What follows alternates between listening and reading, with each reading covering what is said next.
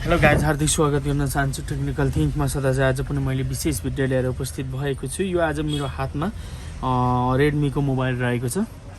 यो Redmi 9 mobile रहेको छ मेरो हातमा। यो मोबाइल चाहिँ वाटर ड्यामेज भएको यो मोबाइल फाइनल्ली अन हुँदैन। यो हाम्रो ब्याट्रीको पावर सबैभन्दा पहिला हामीले चेक गर्नुपर्ने हुन्छ। हाम्रो ब्याट्रीमा 3.7 भोल्ट हुनुपर्ने हुन्छ मोबाइल अन हुनको लागि, जुन हाम्रो यो ब्याट्रीमा छैन। 3.8 भोल्ट भनेको यो एकदम मजाले मोबाइल अन हुन्छ। सो यो भयो। सो अब हामीले यो मोबाइल मैले अलरेडी सबै अन गरेको छु, तर मोबाइल अन भइराखेको छैन। यो मोबाइलको हामी यो लाई बज्र मोडमा राखौँ, मल्टिमिटरलाई बज्र मोडमा राखौँ अनि हामीले चाहिँ यसको देख्न सक्नुहुनेछ यो एकदम फुल सर्ट छ। मोबाइल एकदम फुल सर्ट रहेको छ। तपाईले यहाँनिर बिप साउन्ड सुनिराख्नु भएको छ। सो यो मल्टिमिटरलाई साइडमा राखौँ। यो मोबाइल मैले अलरेडी खोलिसकेको छु। यो मोबाइल एकदम मजाले फुल डेट फुल सर्ट है। अब यो हामी यो मोबाइललाई फाइन्ड आउट गर्नुपर्ने हुन्छ। यो क्यामेरालाई रिमुभ गरौँ। यो सबै बाहिरको प्लेटहरूलाई हामीले रिमुभ गर्नुपर्ने हुन्छ। पानीले कता कता ड्यामेज गराएको छ त्यो पनि हामीले मजाले हेर्नुपर्ने हुन्छ। देख्न सक्नुहुनेछ यो टाइपको यहाँनिर छ, यस्तो खालको देखिन्छ। कतै पनि त्यस्तो वाटर ड्यामेज, त्यस्तो डेन्जर वाटर ड्यामेज चाहिँ हामीले यहाँनिर देख्न पाउँदैन, देख्न सकिँदैन। ओके अब हामीले यो टिनाहरू सबै यो स्टिलहरू चाहिँ हामीले उकाउनु पर्ने हुन्छ, जुन हाम्रो यो एउटा यो टुलको माध्यमबाट मैले उकाउने छु।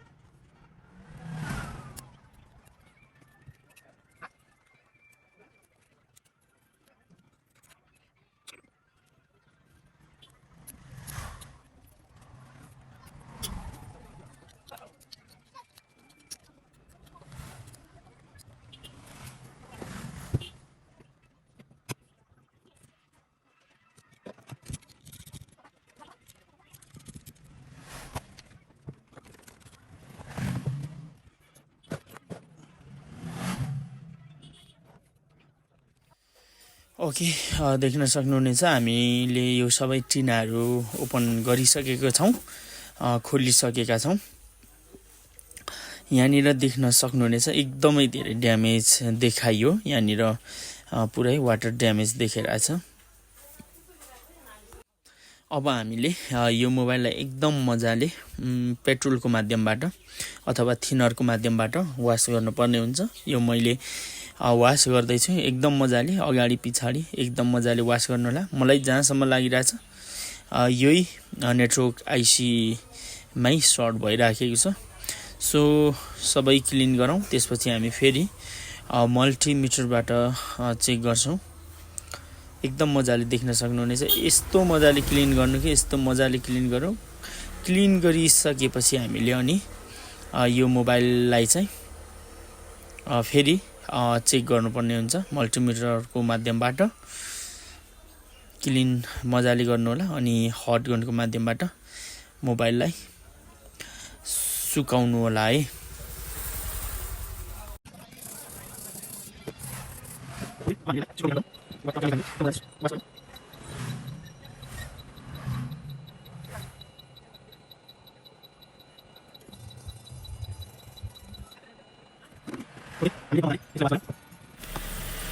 ओके यो सबै क्लिन गरेर पनि सुकिसकेको छ। अब हामी फेरि चेक गरौँ।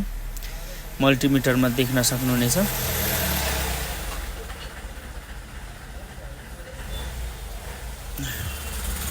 ओके यहाँनिर पुरै हाम्रो चेक हुँदैछ, देख्न सक्नुहुनेछ।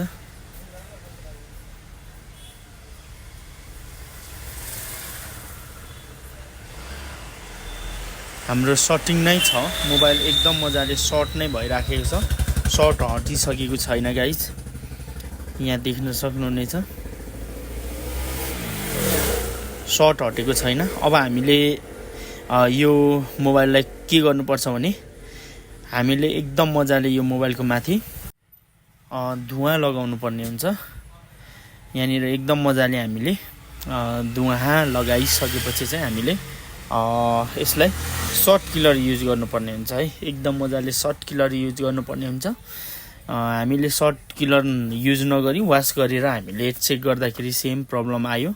अहिले चाहिँ पुरै म यहाँनिर धुवाँ लगाइदिँदैछु। यो धुवाँ लगाएपछि हामीले सर्ट किलर युज गर्नुपर्ने हुन्छ। जुन क्यापेसिटरहरू सर्ट छ त्यो क्यापेसिटरमा चाहिँ यो धुवाँ पग्लिन्छ। सो त्यो म तपाईँलाई लाइभ देखाउने छु।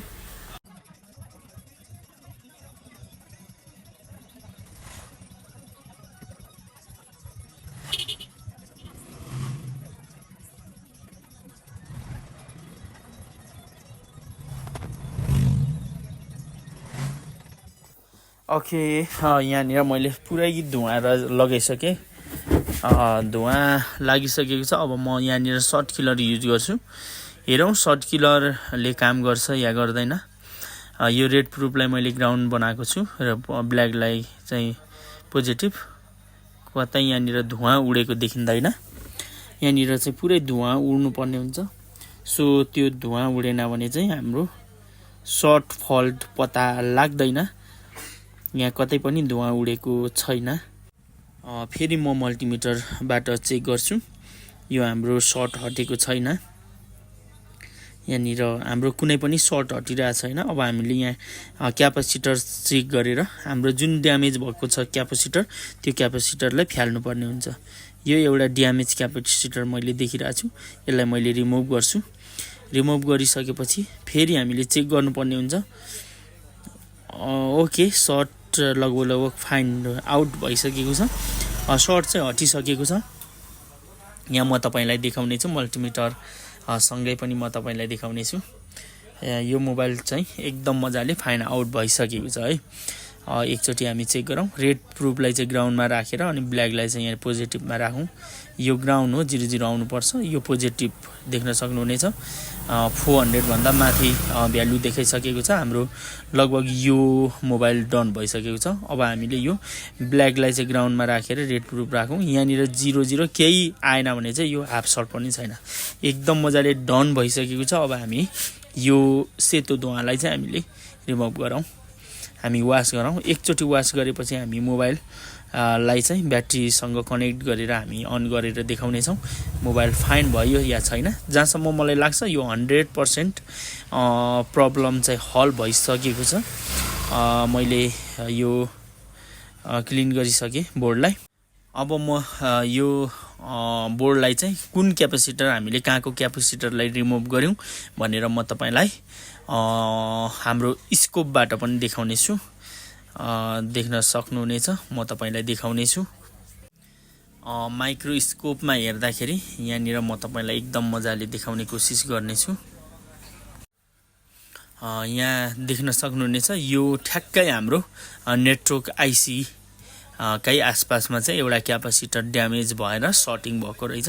सो त्यही प्रब्लमले गर्दाखेरि हाम्रो मोबाइल अन नभएको यो क्यापेसिटर देख्न सक्नुहुनेछ। यो क्यापेसिटर चाहिँ हामीले रिमुभ गरेको हो। यो एरियामा हाम्रो एउटा क्यापेसिटर थियो। सो अब हामी यो मोबाइललाई फटाफट सेट गर्नेछौँ अनि त्यसपछि मोबाइल अन गरेर हामी तपाईँलाई देखाउनेछौँ। जहाँसम्म लाग्छ मलाई यो मोबाइल 100% डन भइसकेको छ। किन भन्दा हामीले भ्यालु चेक गर्दा थाहा हुन्छ। यहाँनिर म तपाईँलाई फोन अन गरेर देखाउँदैछु। ओके, मोबाइल अन हुन्छ। ओके, देख्न सक्नुहुनेछ फाइनल्ली मोबाइल अन भइसकेको छ गाइज है। देख्न सक्नुहुनेछ फाइनल्ली मोबाइल अन भइसकेको छ हैन। जुन मैले तपाईँलाई माइक्रोस्कोपमा पनि देखाएँ, एउटा सानो नेटवर्कको छेउमा एउटा सानो क्यापेसिटर सर्ट भएको कारणले गर्दाखेरि त्यो हाम्रो फल्ट चाहिँ हाम्रो मोबाइलमा चाहिँ प्रब्लम आएको थियो। सो यो सर्ट किलरले पनि काम गरेन है। यो सर्ट किलरले पनि आज हामीलाई धोका दियो। सो गाइज देख्न सक्नुहुनेछ मोबाइल फाइनली अन भइसकेको छ। एकदम मजाले चल्ने भइसकेको छ।